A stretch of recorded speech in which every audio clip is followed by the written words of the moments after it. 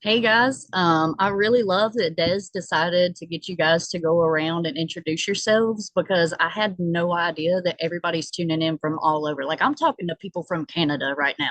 I've never done that. That's cool to me.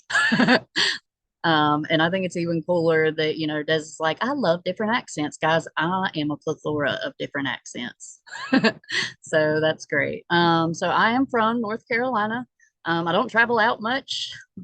So it's been really cool to see everybody tune in from all over. And thank y'all for having me today. It's been too long, I'll be honest with you, since I've been into a meeting. I've gotten so busy just climbing mountains in recovery that and raising a family at the same time and a young child, going to school and working full time, like trying to do side jobs too. So I'm just chasing the next best thing and I'm staying busy. But I've been like twitching with excitement hearing everybody share. So I'm really tickled to be here.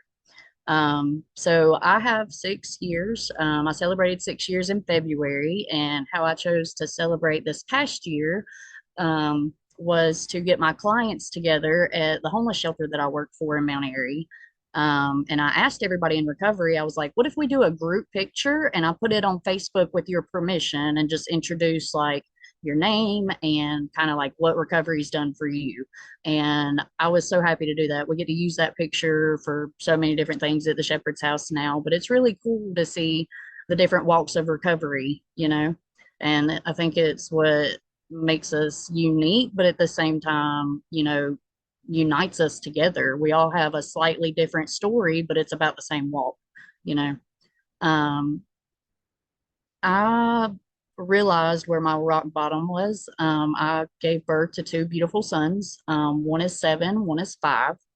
Um, After I had my firstborn, there were drugs around, and at the time, it seemed like a good idea. Now, mind you, I'm like early 20s, and I come from a long line of addicts. So it seemed like a good idea. Baby was about 10 days old, and things to keep you awake were around. And I was like, well, if I'm awake, then I'll be able to keep up with baby better. Sounds crazy now, but that's the logic back then. So that's where I went. And I'll tell you, it didn't take long for that to rob me blind, the drug to rob me blind. It took everything that I loved, and it really captured my dreams for a moment too. Like I thought I was going to stay there, and this is who I was, you know? And especially coming from a line of addicts too. So I kept looking at like my mother's story a lot. And a lot of us, like, I'm sure everybody's got, a different childhood, and maybe we have childhood traumas. Your ACEs score is important. I'm sure everybody's heard about that these days as we're talking more mental health, substance use, and what we can do to, narrow these things down. But a lot of people, they turn to like medication assisted therapy, which is great. Like that saves countless people's lives. I don't, I couldn't tell you how many people that I've saw at the shelter and how Suboxone has changed their lives. So, every walk of recovery is different. Me, on the other hand, I got clean whenever I was pregnant with my second born. Um, so I guess I should back up a little bit. Y'all forgive me. I'm a little squirrely and I'll jump around, but I'll try to keep you on the same branch. Okay. um, So let's back up to the firstborn. Obviously, my plan of staying up with the baby, that didn't go well. The baby ended up being neglected, and eventually DSS stepped in. Now, they came knocking on my door, not for me though. They came knocking on my door for a roommate, and she was raising kids in my house, and they were checking out, her space, found paraphernalia, and they were like, "We have to search this house." And I bursted out in tears because I knew what was upstairs where I was living. So they came in, searched the house, and they were like, "Oh, ma'am, you have a newborn here. So even though we didn't come for you, like you have a case now." I was like, "This is great." And it wasn't my house, it was the child's father's house. So I'm in tears. He's not at home. And I'm like, you can't search his house. Like, I, it's a pleasure for me to even live here. I don't pay bills here. I just get to live here. They raided the house, they found stuff. Eventually, the baby was taken into custody at 5 months old. And by the time he was about 9 months old, I had to get to a place where I had to accept that the best thing for this child at this time was going to be to relinquish my rights. And I'll walk you through why. It's not just because I was like, well, I like the bag and I'm just going to keep chasing that. It's much more than that. I didn't have a car. I didn't have a job. I had a drug addiction, and I never even had my own bag, guys. I always had everybody in this room. It's like I was so cool that I could hang out with all of you guys in the room, and you guys would give me just a little bit out of your stuff. I never had my own stuff, so that's a plus. Like I never came out with charges while I was using. So I never even had my own pack of cigarettes. Like you see where I'm at. I didn't have anything, but I knew that I wanted to raise a child, and I had this drug addiction. I couldn't get clean, so nothing was coming together. And the moment that I knew that I was going to sign my rights over was in a doctor's visit, because whenever you have an open DSS case for a child, you're allowed to go as a biological parent to their doctor's appointments. And as I'm holding this baby in my lap, now mind you, he's a newborn, so I'm holding him and he's facing me. Now, if a baby's facing you and he's that small, his head should be right here, like he should be looking at you, right? This baby was breaking his neck, y'all, to look to see where foster mom was behind me. Like, so in that moment, as young as I am, and as much as I love this child, love being a mom, I realized that my little boy really trusts her much more than he does me. He knows that's where his needs are met. He knows she loves him, and he is breaking his neck to look for her. So I decided that was the best thing for the child. Mind you, the baby daddy, this whole time, he always said that this was going to be the last bag. I got to a point with DSS where they were drug screening me and stuff. We're trying to work this case plan. And they were like, if you're going to fail today, Destiny, just sign this piece of paper saying that you're going to fail so that you don't waste the state's money. And I was like, all right. So there may be people in here that know how to fib a drug screen. I have worked with plenty in the shelter now that know how to fib a drug screen. I never got that crafty. I don't know. So, and everything happens for a reason. So I've, learned a lot of hard lessons in my life already at 28 years old. And I'm thankful for that. I'm thankful for the growth at such a young age. You know what I mean? So I didn't have to wait till like midlife crisis and really lose everything. And I know that there's still time, but I'm confident now that I'm stable and chasing the next best thing that I won't slip. I'm confident I walk with Jesus. There's supportive people like you in my corner and others. There's other meetings I can go to. Um, but with all that being said, 9 drug screens failed at least and counting. Um, Baby gets adopted, and obviously I'm still in the bag. I mean, what's the point now, right? I don't have rights. I don't know what I'm doing with my life. I know that I lost the first thing that I loved, unconditionally. And I went down to a darker rabbit hole. But I kept praying, I was like, I want to be a mom. I still want to be a mom. And I never let that go. And whenever you keep praying for stuff and you don't lose faith, God will give you what you're asking for. And it happened. And it happened February 4th, 2018. I took several screens and I finally went and told, baby daddy, I was like, we're having another baby. And he froze. And I knew in that moment, whenever I looked down at the screen, that I was going to have to make a decision or hit the repeat button and do that again with DSS. And I wasn't willing to do the repeat button. I was coming out with a different outcome this time, y'all. I was not giving babies to DSS. That is not, why I wanted to create a family, was for other people to raise them. Like it was haunting me. So I was very determined.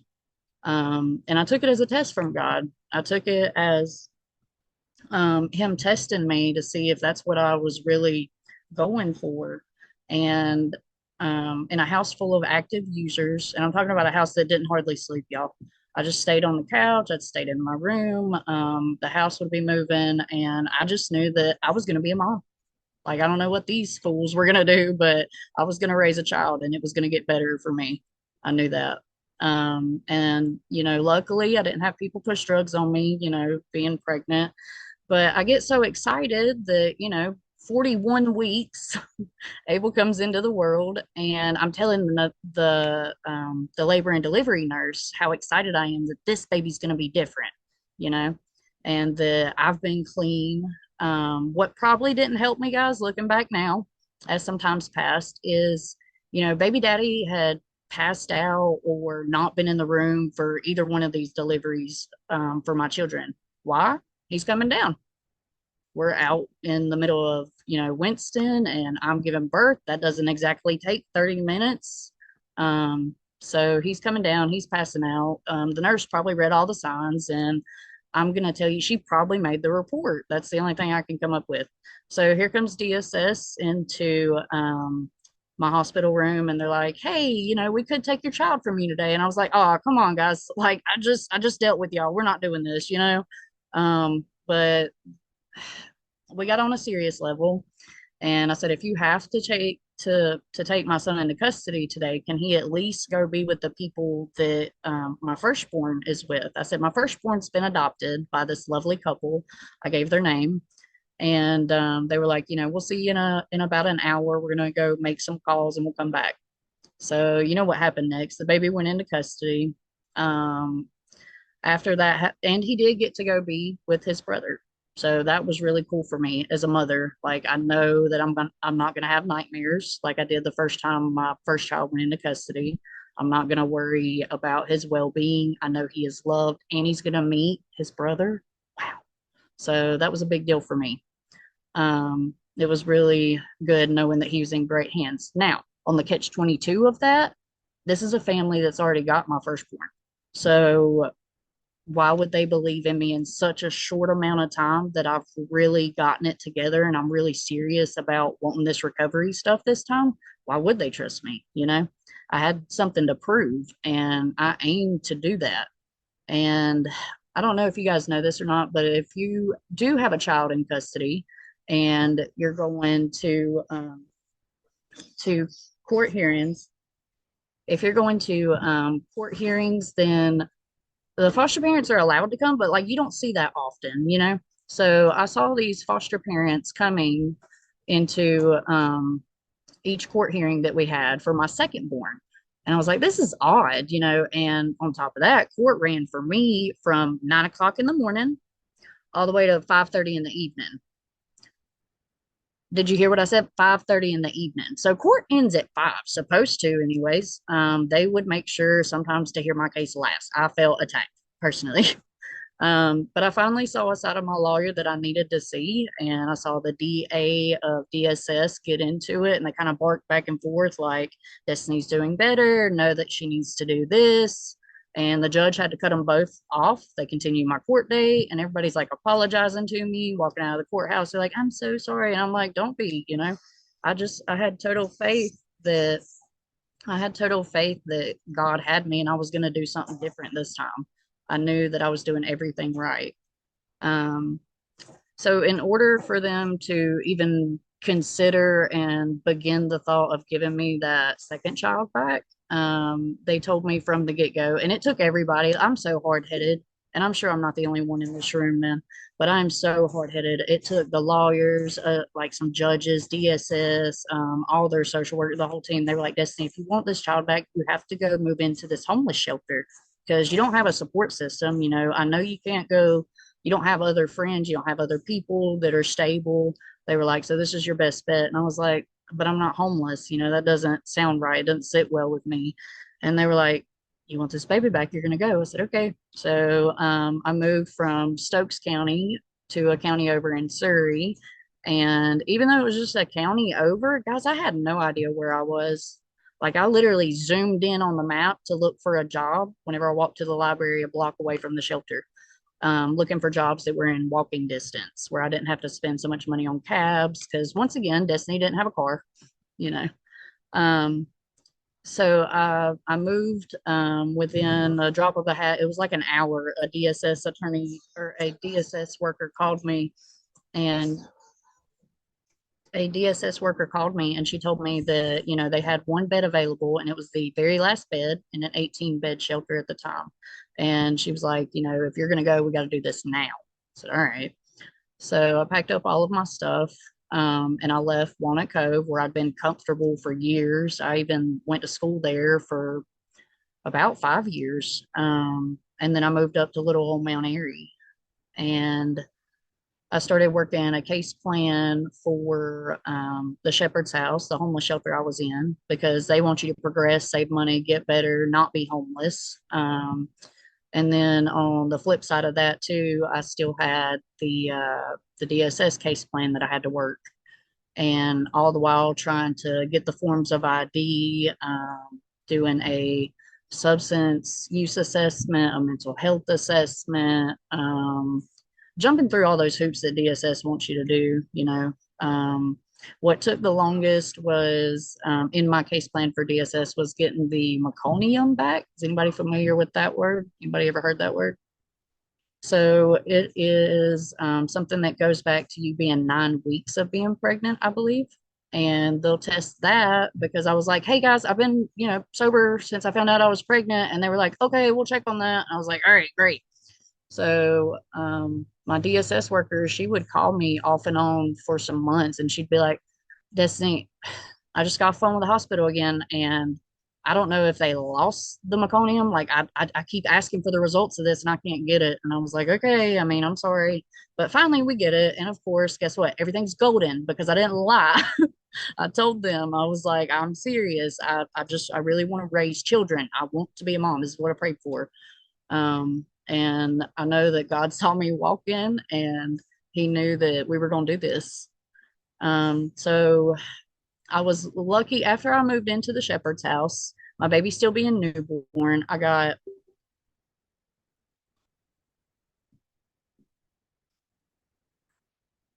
had a weird pop up, guys. Sorry. Y'all went away for a second. Um, but after moving into the shepherd's house and getting settled there, my son was able to visit with me twice a week. Those are 2 hour visits. Those are 2 hour visits apiece. So I was really thankful for that because most of the time DSS will only give you like one visit a week and they call it 2 hours, and you're supposed to be satisfied, guys, with those 2 hours. So I was really thankful for that. And after 4 months of working those case plans and stuff and going back and forth to court, we finally get on a level of temporary home placement. That's what I was granted after 4 months. So what that means is the baby, my second born, Abel, he was able to come live with me at the shelter. But let's say, he comes and joins me on Monday. Well, I decide by Friday night, I'm gonna, slip. Like it's been a rough week and I'm gonna make a bad decision. Well, guess what? The state still has custody, so they can yank that baby right back. So, after 5 months of trial home placement, I was granted full custody back and graduated the shelter program in July of 2019. So I got full custody. I have a little trailer that is like my tin castle. You know what I mean? Like it's my little peace haven, guys. Nobody can take that from me. I waited tables to get this trailer that I'm still in now. The TVs that I have on the wall, those come from the $2 and $3 that people leave on the table from restaurants whenever you guys eat out. Like that's how I got some cool stuff. So I'm thankful for every little thing. And I don't take anything for granted at all. I make sure to tell God thank you all the time. I praise Him for all the things, and even those hard lessons.